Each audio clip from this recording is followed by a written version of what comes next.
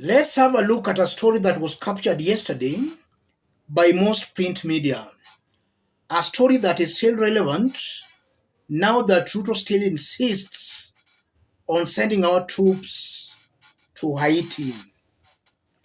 US Secretary of Defense Lloyd J. Austin reveals Kenya is working with USA in defending Ukraine and the Red Sea, which has been under attack from Houthi rebels. 8th February 2024. That's yesterday. So Ruto maybe has promised that he's ready to send more troops to Ukraine and also to the Red Sea to deal with the Houthi rebels. Let's listen to this clip before we continue.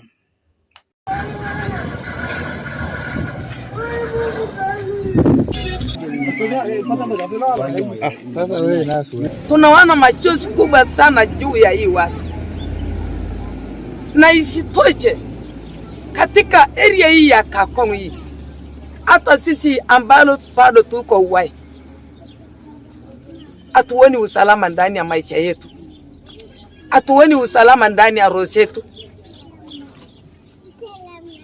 Ingekuwa serikali za Kenya anahesabu maisha ya wanadamu, angewaongezea sisi KDF. Those are Kenyans in Turkana County. And this is not the first time we are seeing such incidences. If it's not Turkana, it's West Pokot. If not West Pokot, it's Baringo. If not Baringo, it's Lamu.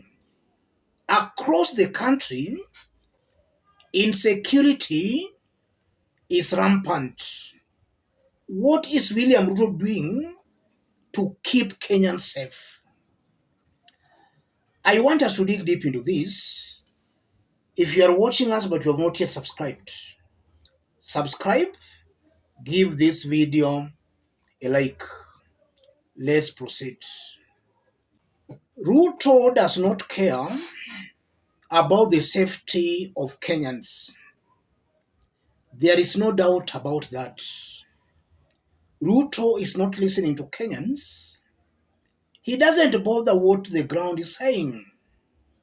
He only cares what the Western superpowers, the US, the Britain, the World Bank, IMF are saying. He's very sensitive to what they are saying.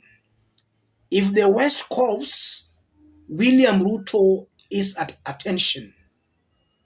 He wants to understand why the West has coughed. Kenyans can yell and do all such things. Ruto does not care.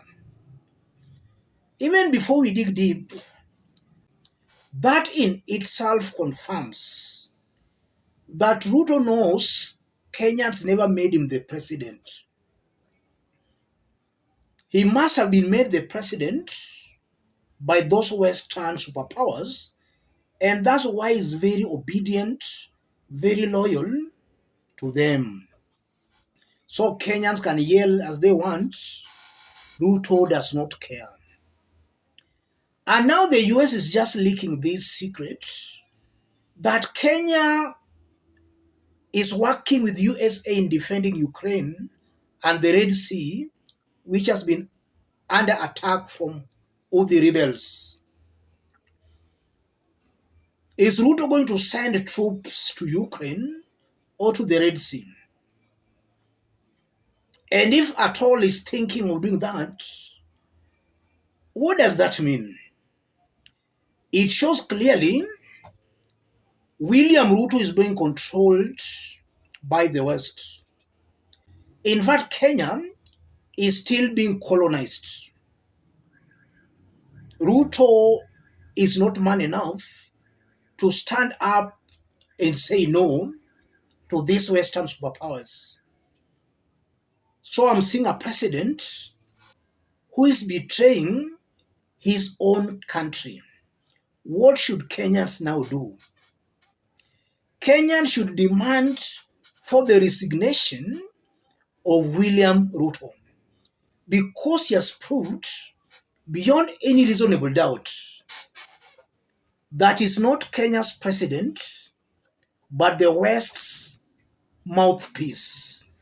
He is at State House to further the interests of the West, not Kenyans. So he's betraying those who voted for him. He's betraying Kenya as a sovereign state. Kenyans should demand for his resignation. And that also puts the spotlight on our elected leaders. What are the members of parliament doing? Why are they quiet when it's very clear we have a president who is not serving the interests of Kenyans, but serving the interests of foreigners? Our parliament has let us down. What Kenyans should now do, anytime they go for an election, they must look at the characters they elect as their representatives. If you see a leader invoking William Ruto's name to be elected, that's a sycophant who will only serve the interests of Ruto upon getting elected. A leader should be principled enough to only invoke the interest of the electorates. A leader coming to you pressing Ruto that's the only way he or she can be elected, that's a sycophant. That one should be rejected.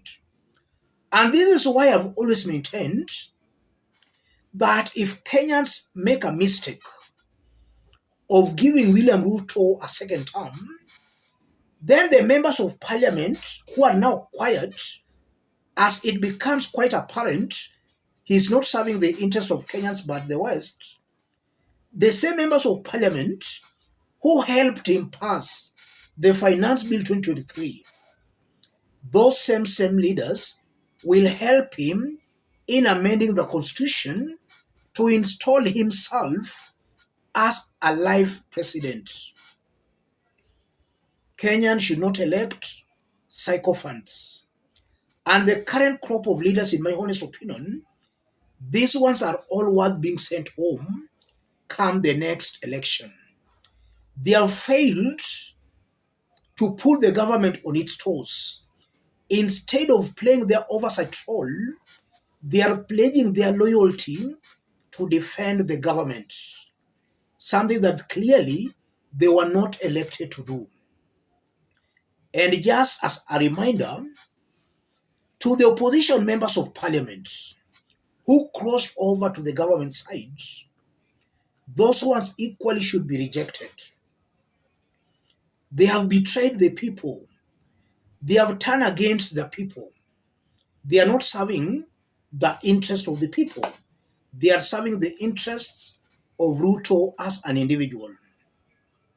So it's coming out very clearly that William Ruto is not okay. With what we are seeing, the kind of insecurity we are seeing going on in our country, a loving president cannot even imagine sending troops outside.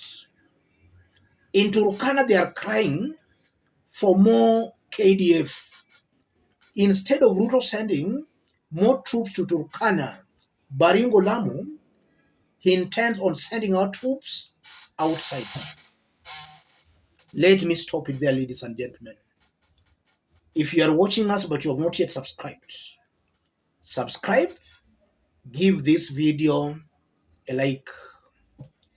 Any other person watching us outside Kenya, drop a comment, let us know from which part of the globe you are watching us from. If possible, subscribe, give this video a like. US Secretary of Defense Lloyd Austin reveals Kenya is working with USA in defending Ukraine and the Red Sea. You are seeing a clearly naive ignorant president, a president hell-bent on pleasing the West at the expense of his own people. That's a leader who should be rejected. Let's meet in our next analysis.